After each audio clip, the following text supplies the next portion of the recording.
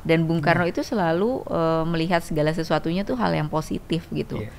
Jadi akhirnya menjadi pusat pusaran perhatian masyarakat dalam segala hal gitu, dalam bidang politik, dalam bidang kebudayaan, dalam bidang keagamaan. Tetap saja Bung Karno menjadi guru bagi mereka semua, kalau saya melihat seperti itu.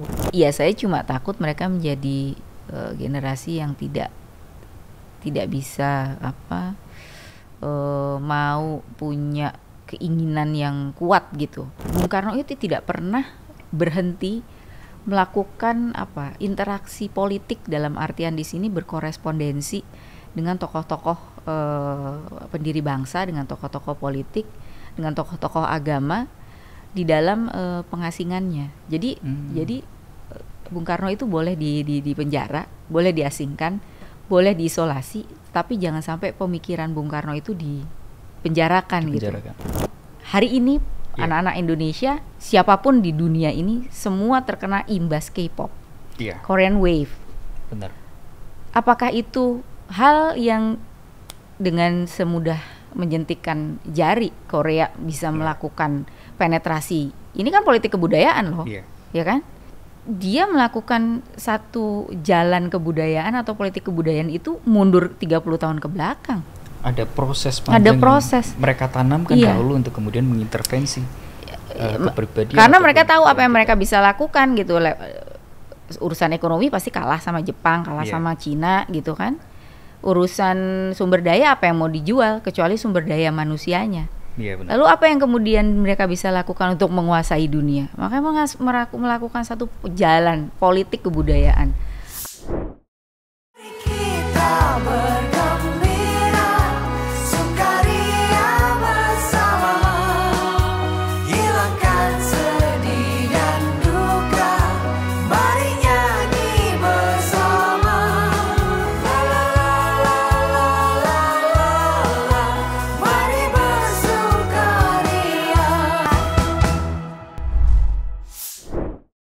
Halo Sobat BKN PDI Perjuangan, kembali lagi bersama kita di podcast spesial Bulan Bung Karno.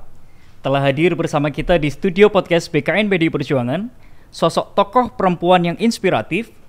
Beliau juga aktif dalam berbagai kegiatan sosial dan kebudayaan, dan saat ini mengabdikan dirinya pada anggota Komisi 10 DPR RI. Dan beliau juga merupakan salah seorang cucu daripada founding father kita, Bung Karno.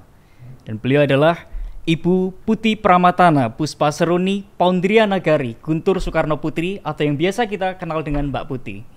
Selamat datang Mbak Putih. Assalamualaikum warahmatullahi wabarakatuh. Waalaikumsalam. Salam Pancasila. Salam Pancasila.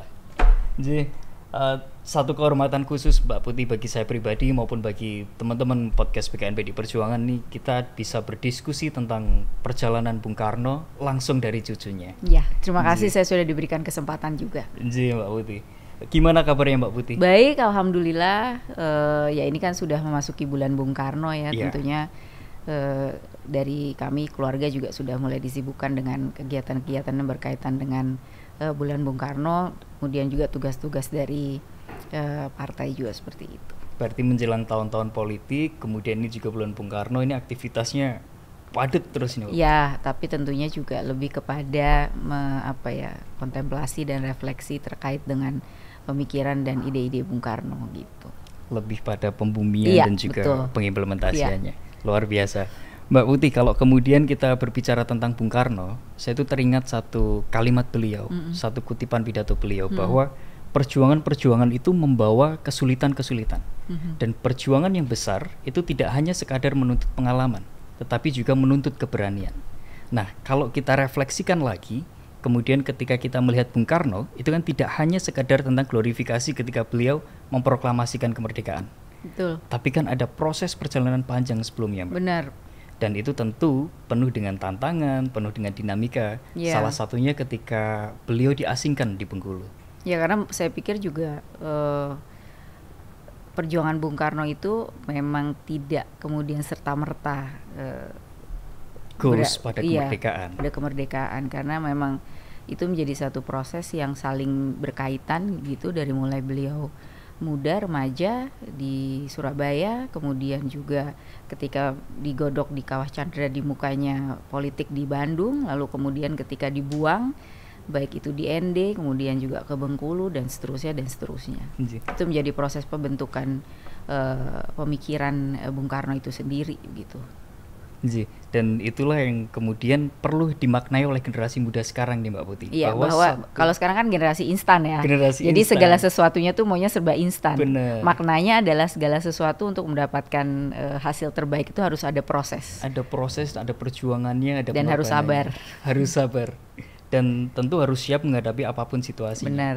Kalau boleh tahu nih Mbak Putih, dulu ketika Bung Karno diasingkan di Bengkulu, itu kurang lebih seperti apa ceritanya Mbak Putih ini? Iya, kalau tidak salah ya, yang saya baca beliau itu kan diasingkan di Bengkulu itu, kemudian datang ke Bengkulu itu kan tahun 1938, bulan Mei kalau tidak salah. Dan memang itu beliau dibawa ke Bengkulu, salah satunya juga memang untuk lebih mempersempit lagi ruang gerak beliau. Sebelumnya kan di ND. Ya, di ND dulu. Ya, mempersempit kembali lagi ruang geraknya Bung Karno terkait dengan aktivitas politiknya. Lalu kemudian ya Bung Karno juga pada saat di ND itu sebenarnya kondisi kesehatannya juga tidak terlalu baik gitu. Bung Karno itu kan terkena malaria. Iya. Ya, dan pada saat itu mungkin pengobatan terhadap malaria itu kan tidak bisa secanggih seperti sekarang gitu kan, apalagi dalam situasi beliau sebagai orang pengasingan gitu ya, orang yang dibuang dan diasingkan. Jadi dengan kondisi kesehatan yang tidak terlalu baik, lalu kemudian juga mungkin pemerintah Hindia Belanda juga melihat bahwa aktivitas Bung Karno ini walaupun diasingkan ternyata memang masih punya resonansi energi yang luar biasa terhadap proses perjuangan kemerdekaan itu. Proses perjuangan kemerdekaan gitu. Ya saya sendiri kadang-kadang suka membayangkan seperti apa ya, karena pada saat itu kan nggak ada gadget, tidak ada smartphone, tapi kemudian resonansi energi beliau itu luar biasa sekali gitu. Bisa kemudian saling berkorespondensi, berinteraksi dengan tokoh-tokoh perjuangan lainnya di luar ND gitu. Lalu kemudian dengan sejalan dengan menurunnya kesehatan Bung Karno, kalau tidak salah didengar oleh Bapak Muhammad Husni Tamrin ya, yang kemudian juga memberikan usulan kepada pemerintah Hindia Belanda agar supaya Bung Karno bisa mendapatkan pengobatan yang lebih baik lah untuk sakit malarianya. Lalu kemudian juga akhirnya mungkin pemerintah Hindia Belanda juga berpikir bahwa kalau ada apa-apa sama tokoh politik Indonesia ini juga akan berpengaruh juga gitu kan. Lalu kemudian Bung Karno dipindahkan ke Bengkulu. Gitu. Tapi ya saya juga berpikir kenapa dipindahkannya ke Bengkulu, tapi karena memang Bengkulu sendiri pada saat itu mungkin masih wilayah yang sangat terisolasi ya, walaupun mungkin lebih besar dibanding ND gitu, tetapi kan secara geografis, secara secara ruang geraknya juga sebenarnya menjadi lebih dipersempit. Nah gitu. itu yang kemudian dalam pertanyaan saya gini Mbak, dalam benak saya, kenapa kemudian Bung Karno sampai seperti itu kan? Apa yang kemudian dilakukan oleh Bung Karno sampai pihak Hindia Belanda ini sebegitu takutnya dengan mengisolasi Bung Karno yang saat itu di ND? Kalau yang saya baca di dalam buku-buku beliau, terutama di bawah bendera revolusi, Bung Karno itu tidak pernah berhenti melakukan interaksi politik, dalam artian di sini berkorespondensi dengan tokoh-tokoh pendiri bangsa, dengan tokoh-tokoh politik, dengan tokoh-tokoh agama di dalam pengasingannya. Jadi Bung Karno itu boleh di penjara, boleh diasingkan, boleh diisolasi, tapi jangan sampai pemikiran Bung Karno itu ditutup gitu ya. Oh iya. Dipenjarakan gitu. Ini yang dilakukan oleh Bung Karno gitu. Kalau kita lihat baca sejarah beliau di dalam penjara yang sepetak saja di Bancai misalnya, beliau tetap berusaha untuk melakukan satu interaksi gitu, lewat selundupan tulisan-tulisan atau surat-surat yang beliau selundupkan lewat Bu Inggit, lewat teman-temannya yang kemudian menengok beliau gitu, atau minta diselundupkan di dalam stagennya Bu Inggit itu buku-buku bacaan ya kan, jadi kelihatannya Bu Inggit ini mungkin perutnya jadi lebih besar gitu, padahal kan itu kan berisi buku-buku. Jadi artinya Bung Karno tidak boleh ditutup ide dan pemikirannya gitu. Kalau ini kemudian kita coba tarik garis dalam kesejarahan beliau ketika beliau menjadi tahanan politik di Wisma Yaso. Iya. Tahun 66 setelah beliau dijatuhkan gitu ya. Kan di situ memang benar-benar Bung Karno diputus hubungannya baik dengan rakyat, baik dengan teman-temannya, baik dengan tokoh-tokoh politik, dengan bacaan, dan sebenarnya itu yang akhirnya membuat Bung Karno menjadi kondisi kesehatannya sangat menurun. Ketika ide pemikiran itu tidak bisa ia sampaikan gitu. Berarti yang ditakuti oleh pemerintah Hindia Belanda saat itu adalah pemikiran-pemikiran Bung Karno ini ruhnya, jiwanya pemikirannya ketika berkembang bisa membahayakan bagi kelangsungan pemerintahan. Dan itu yang beliau lakukan terus. Jadi walaupun beliau diasingkan, beliau tetap berkorespondensi, beliau tetap menulis analisa-analisa politiknya. Kemudian tidak berhenti untuk berkomunikasi dengan lingkungan sekitarnya, pun tidak berhenti berkomunikasi. Di Bengkulu pun seperti itu. Iya, dan itu yang kalau saya tidak salah itu yang kemudian menjadikan satu catatan khusus bagi pemerintahan Belanda saat itu ketika Bung Karno sudah dibuang ke Bengkulu, tapi kemudian beliau masih dengan pemikiran-pemikiran yang terus hidup, pemikiran-pemikiran yang terus bisa mempengaruhi masyarakat dan akhirnya menjadikan risau bagi pemerintahan Belanda saat itu. Benar. Ya, dimanapun Bung Karno berada, ya tentunya membuat kerisauan baru terhadap pemikiran-pemikiran beliau gitu. Dan di Bengkulu menurut saya juga Bung Karno melakukan satu adaptasi dan interaksi yang cukup menarik gitu. Kalau di ND beliau berkorespondensi secara intens dengan tokoh agama Ahmad Hasan.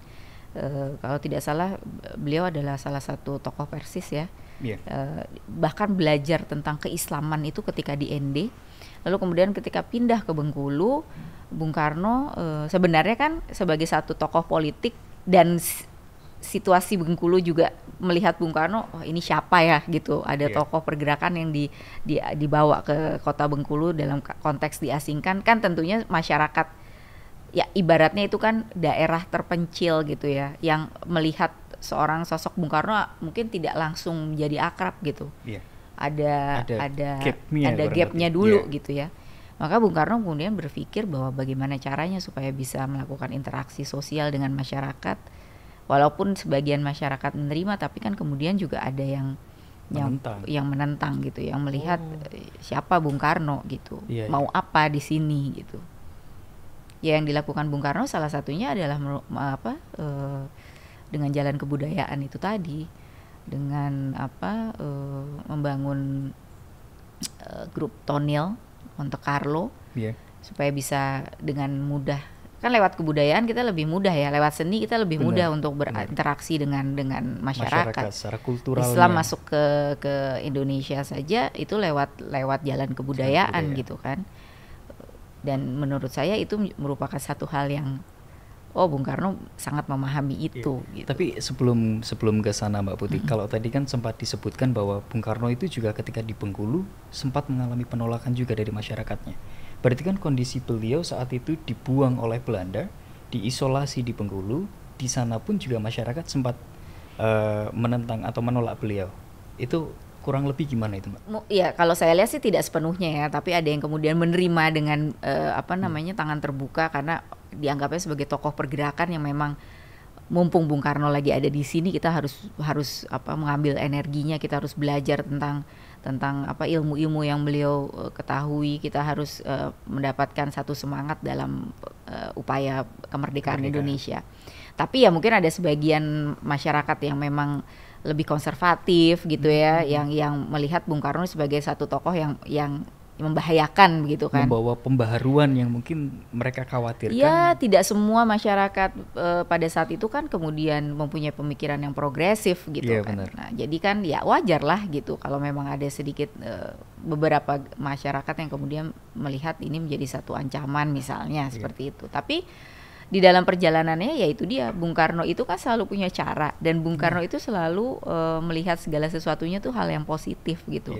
Jadi akhirnya menjadi pusat-pusaran perhatian masyarakat dalam segala hal gitu, dalam bidang politik, dalam bidang kebudayaan, dalam bidang keagamaan. Tetap saja Bung Karno menjadi guru bagi mereka semua, kalau saya melihat seperti itu.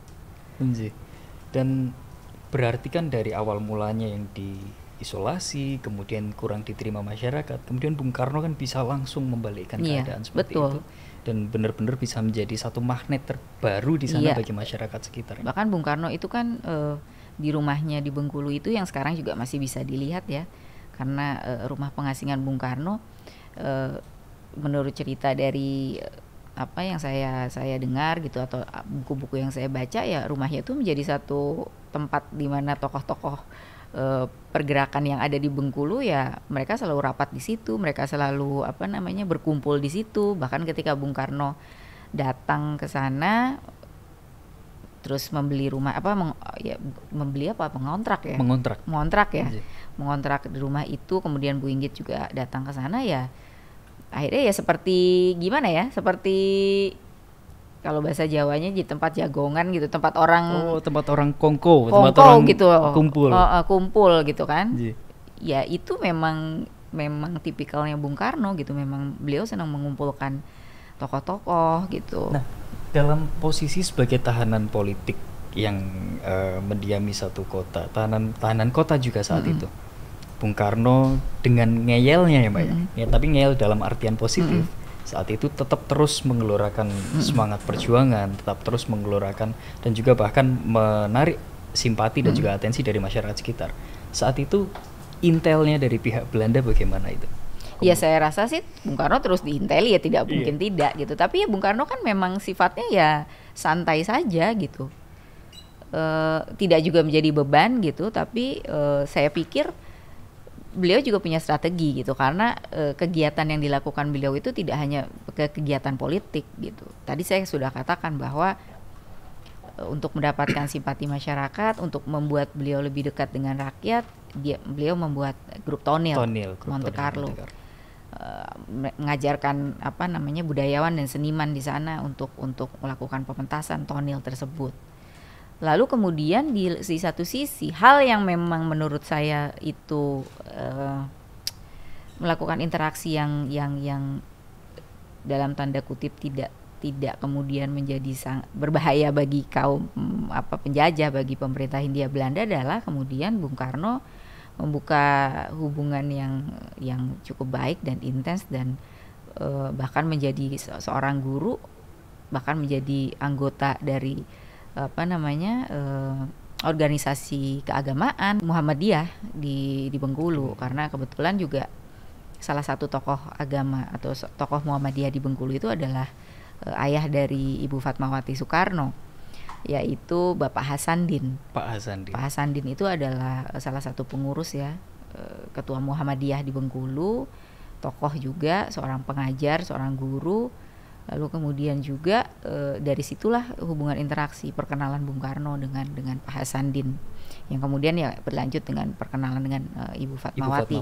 Karena Ibu Fatmawati itu sendiri juga seorang remaja putri yang punya pemikiran progresif, yang kemudian haus dengan ilmu pengetahuan, dan beliau juga anggota dari Aisyah gitu.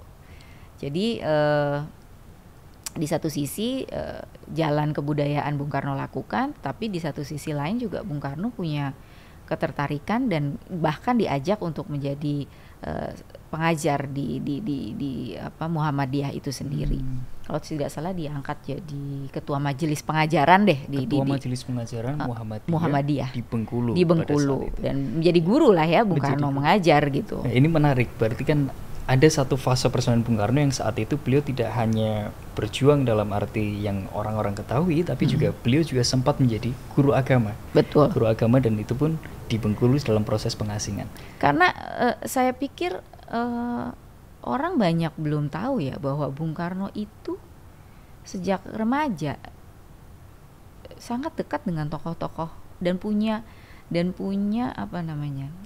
idola gitu ya terhadap tokoh-tokoh agama. Salah satunya Kiai Haji Ahmad Dahlan. Ini sedikit tarik flashback ke belakang ya, ketika beliau ada di Surabaya. Waktu itu kalau sekarang sih kayaknya usia SMP lah beliau gitu ya, ketika beliau nyantri ya, ngekos di di Hos Cokroaminoto. Itu pun juga tokoh Islam kan, Pak Hos Cokroaminoto. Tetapi yang menarik adalah Bung Karno itu sangat adore ya, sangat memuja Kiai Haji Ahmad Dahlan gitu. Bahkan ketika kalau Kiai Haji Ahmad Dahlan sedang melakukan ceramah agama, khotbah dan lain sebagainya, Bung Karno itu selalu ngikutin gitu. Soekarno kecil itu selalu ngikutin, duduk gitu. Ya mungkin di belakang saf yang di belakang gitu, dan selalu mendengarkan secara seksama apa yang disampaikan oleh Kiai Haji Ahmad Dahlan. Jadi orang mungkin tidak banyak yang tahu dari sisi keislaman Bung Karno gitu, spiritualitasnya beliau gitu. Nah, ini kemudian kita tarik lagi, masuk lagi ke periode Bengkulu. Jadi menurut saya bukan hal yang aneh ketika Bung Karno diminta menjadi guru atau pengajar di Muhammadiyah gitu. Bahkan Bung Karno juga masuk di dalam organisasi Muhammadiyah itu sendiri, menjadi anggota gitu. Berarti kan Bung Karno semasa hidupnya, mulai dari beliau usia remaja pun beliau sudah belajar. Betul. Tidak hanya ilmu teoritis tapi ilmu kehidupan juga yang beliau dapat dari berbagai secara macam spiritual, lalu kemudian pendekatan keislaman beliau gitu. Itu sebenarnya terbangun. Ada, kita kembali bicara proses ya. Proses itulah yang kemudian membentuk Bung Karno yang akhirnya menurut saya menjadi sosok yang memang spiritual dan religius gitu. Ya, dan itu yang kemudian rangkaian perjalanan itu, keilmuan yang Bung Karno dapatkan dalam proses perjalanannya itu yang kemudian, apakah itu yang juga kemudian menjadikan keberanian Bung Karno untuk memberikan gerakan pembaharuan baru itu di Bengkulu? Oh iya, terutama untuk mengangkat harkat martabat kaum perempuan gitu. Karena memang Bung Karno tuh sangat mengagungkan kaum perempuan. Karena kita tahu Bung Karno begitu memuliakan ibunya, lalu kemudian Bung Karno sangat menghormati simboknya yang jadi pengasuhnya Sarinah. Karena dari situlah beliau belajar soal kehidupan, beliau belajar tentang kemanusiaan. Jadi kalau Bung Karno bicara dalam Pancasila soal kemanusiaan, soal kehidupan, soal keadilan, itu tuh semuanya cikal bakalnya adalah ketika seorang ibu sebagai pendidik utama nih. Makanya saya selalu bilang perempuan itu jangan merasa jadi orang nomor 2, karena sejelek-jeleknya apapun perempuan itu adalah pendidik utama di dalam keluarganya gitu. Dan upaya apa yang dilakukan Bung Karno Ibu saat itu di Bengkulu itu? Katanya sih melakukan pendobrakan bahwa Bung Karno tidak setuju adanya tabir pemisah pada saat kita sholat ya gitu. Karena itu dikasih tabir gitu. Jadi memang Bung Karno merasa bahwa ini harusnya equal dong, perempuan dengan laki-laki gitu. Ya memang di dalam kaidah agama memang harus dipisah, tapi tidak harus ditutup dengan tabir gitu. Itu yang Bung Karno lakukan. Jadi Bung Karno ingin memberikan satu pendidikan bahwa ya kaum lelaki juga harus menghargai kaum perempuan. Kan Islam juga mengangkat harkat kaum perempuan gitu. Dengan diberikan tabir penyekat atau pemisah di dalam sholat, itu akhirnya malah jadi mengecilkan arti seorang perempuan sehingga gitu. Terlihat jelas pembedanya. Padahal kan sejatinya kalau dalam pemikiran Bung Karno itu kan setara, seimbang seperti itu. Dan termasuk juga kalau saya tidak salah membaca, Bung Karno juga mendorong istri-istri daripada tokoh-tokoh yang ada di Bengkulu itu untuk terlibat aktif juga. Iya, dalam betul. prosesnya. Ya, itu bagian dari bagaimana kaum perempuan bisa berperan serta di dalam upaya kemerdekaan Indonesia gitu. Jadi jangan hanya diam saja, tapi Bung Karno ingin kaum perempuan itu menjadi revolusioner, menjadi progresif, kemudian ikut serta membantu apapun gitu, terutama di dalam pemikiran-pemikiran menuju Indonesia merdeka. Ya, dan gerakan pembaharuan itu Bung Karno lakukan dengan menyadarkan secara perlahan dengan pendekatan kultural juga, utamanya pada tokoh-tokoh yang lelaki ya berarti ya Bu ya? Iya. Karena yang akan diangkat kan yang perempuan nih. Berarti kan merubah mindset itu kan tidak mudah. Ya, kalau saya lihat sih Bung Karno lebih banyak memberikan contoh ya. Gitu, bukan kemudian hanya bicara gitu, tapi ya itu contoh ya, salah satunya ya juga mungkin ya itu dia minta mungkin dengan kalau di masjid tuh kayak ketua masjidnya gitu untuk membuka tabir itu gitu. Ya itu satu langkah yang bagi saya cukup berani ya Pak. Pada saat itu ya, iya, sangat progresif sangat gitu. progresif di tengah situasi isolasi, pengasingan, tapi beliau dan berani mungkin buat juga pembaruan. situasi apa ya, kondisi masyarakatnya yang juga mungkin di Bengkulu belum terlalu terbuka dan secara pemahaman. Dan Bung Karno masuk sebagai orang baru, berani. Iya. Nah, kalau kemudian kita tarik korelasinya hari ini Bu, bagaimana kemudian peran anak muda khususnya perempuan hari ini dalam mengisi kemerdekaan bangsa ini dengan apa yang sudah ditanamkan dan diperjuangkan Bung Karno saat itu menurut Ibu kira-kira bagaimana? Menurut saya kalau di Indonesia kita punya banyak ruang ya, kaum perempuan kita nih sudah mendapatkan banyak sekali ruang untuk mengekspresikan apa yang kita miliki gitu, baik pemikiran dan ini luar biasa sekali begitu. Walaupun saya juga tidak memungkiri bahwa masih banyak sekali kaum perempuan atau sahabat-sahabat kita, teman-teman kita yang masih belum mendapatkan atau belum bisa merasakan ruang yang tadi saya sampaikan gitu. Di satu sisi di Indonesia kaum perempuan bisa meraih pendidikan setinggi-tingginya, mendapatkan jabatan yang terbaik di dalam ruang publik gitu ya, bisa menjadi pemimpin. Bahkan kita punya Ibu Megawati Soekarno sebagai Presiden kelima Indonesia. Kita punya Mbak Puan sebagai Ketua DPR gitu. Artinya ruang itu ada di sini dan kita mendapatkan kesempatan itu. Tetapi PR kita juga, kita sebagai kaum perempuan juga harus berjuang untuk mengangkat harkat dan martabat saudara-saudara kita yang masih belum mendapatkan kesempatan dan masih termarginalkan gitu. Iya, ya benar Ibu, PR-nya adalah bagaimana ya kita fight ya, kaum perempuan harus berjuang, harus fight untuk kaumnya gitu. Dan jangan terlalu banyak mengeluh kan kalau sekarang anak-anak sekarang yang kurang menghargai sekarang generasi proses. apa katanya? Generasi strawberry. Generasi strawberry. Jadi secara mentalitas, secara karakter itu kan ketika dihadapkan dengan problematika yang sedikit berat, mereka sudah menarik diri, sudah mundur dulu. Padahal kalau kemudian tadi Ibu menceritakan kan sebenarnya baik lelaki maupun perempuan itu sebenarnya memiliki porsi yang sama ketika dia digembleng secara mental. Jadi etos ya sebenarnya. Jadi etos. Ya kita tidak menyalahkan ketika hari ini generasi Z ya, itu jadi terlihat nggak mau lebih dalam proses yang cepat, yang instan, yang kemudian nggak mau dihadapkan dengan satu hal yang ya kalau dihadapkan dengan sesuatu yang cepat lemah gitu cepat lemah, ya itu sebenarnya sih kembali ke bagaimana bangsa ini membangun etos gitu. Bagaimana bangsa ini membangun etos harus dimulai dari pondasi. Ya itu tadi nation and character yang Bung Karno selalu tidak pernah selesai bicara soal nation and character.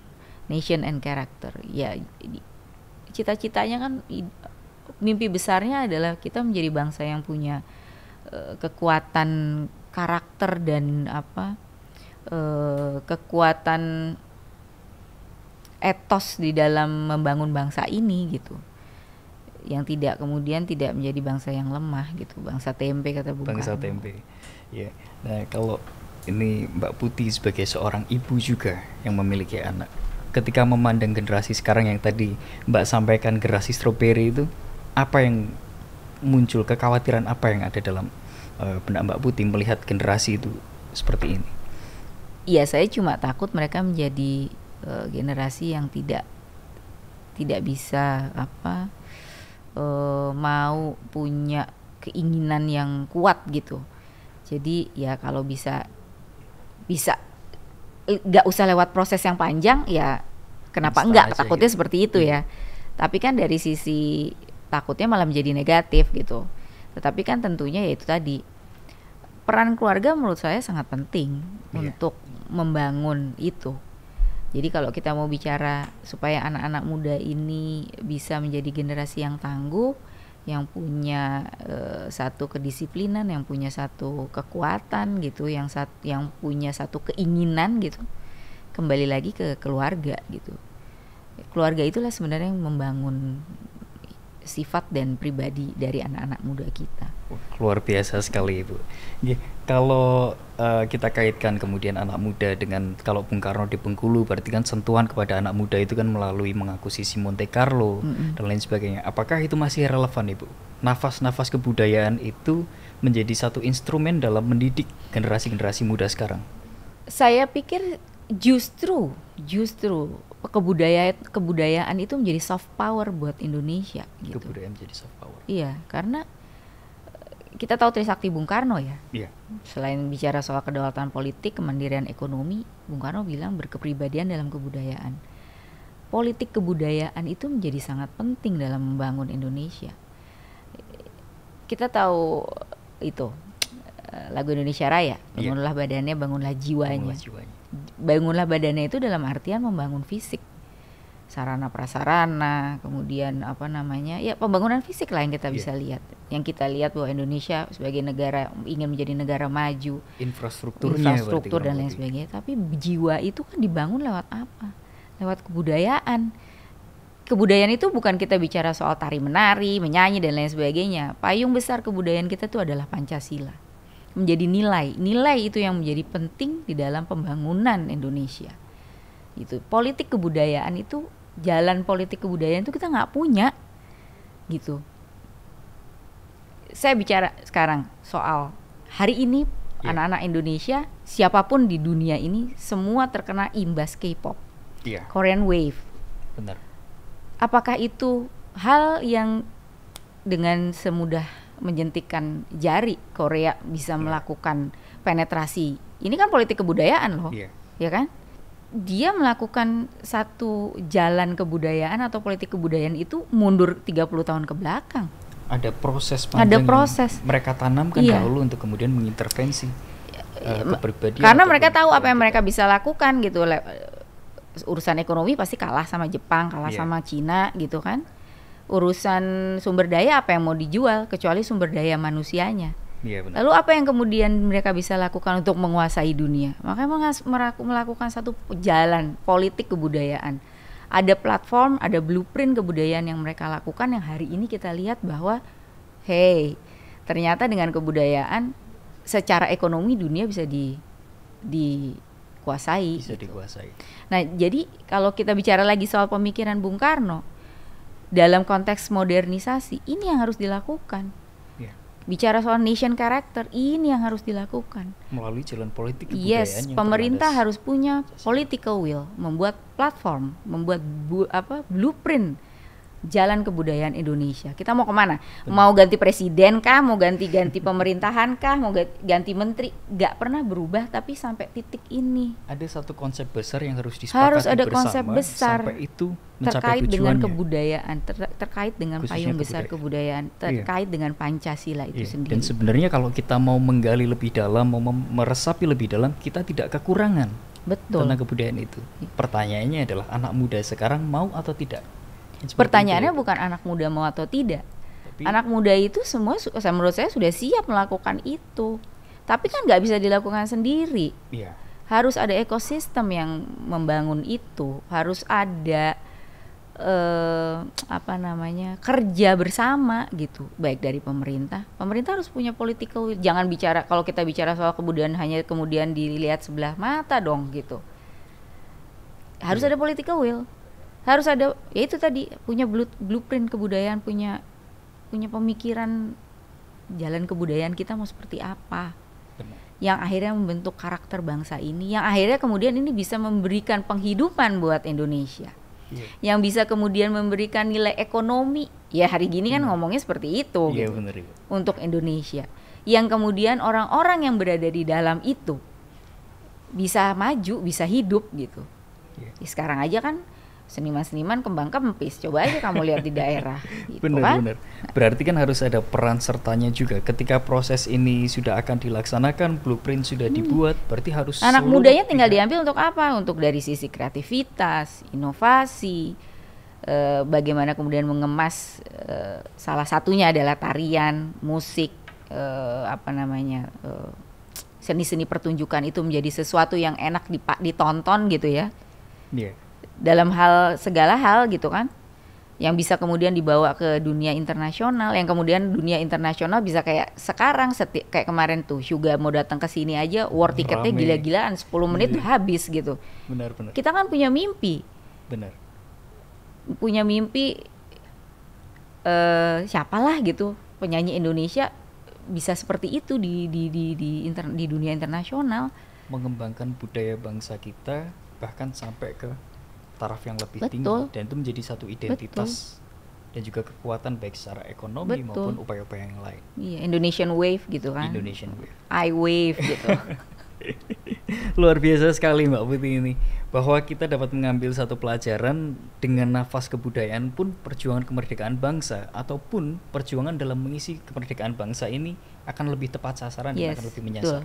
Dan kuncinya adalah bagaimana kemudian kita nanti membuat satu blueprint yang khususnya berkaitan dengan politik kebudayaan, sehingga kebudayaan bangsa Indonesia ini benar-benar menjadi satu kepribadian. Betul. Dan juga identitas bagi bangsa Betul. kita. Iya, terima kasih banyak Terima Mbak kasih Putih atas kesempatannya. sudah memberikan satu cakrawala sekaligus makna, khususnya dalam proses perjalanan Bung Karno tadi. Iya. Dan semoga ini bisa menjadi satu pengamalan bagi kita bersama untuk bersama-sama mengilhami dan juga meresapi pemikiran-pemikiran Bung Karno. Iya.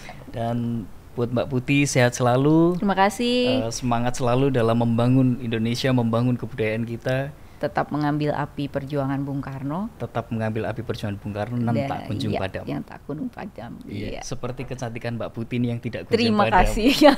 Masya Allah. Ya, baik Sobat PKN PDI Perjuangan, satu kesimpulan yang dapat kita ambil adalah jangan pernah takut untuk terus berjuang di jalan kebenaran. Kobarkan semangat Vivere Pericoloso demi dan untuk kebenaran. Asal jangan bervivere pericoloso kepada Tuhan. Bervivere pericolosolah di jalan Tuhan. Mari serempak kita semarakkan bulan Bung Karno dengan terus mengikuti YouTube BKN PDI Perjuangan. Masih banyak lagi pemikiran-pemikiran Bung Karno yang akan kita gali, tentu dengan narasumber yang luar biasa juga. Sampai jumpa di lain kesempatan. Kepalkan tangan persatuan untuk Indonesia Raya. Merdeka! Merdeka!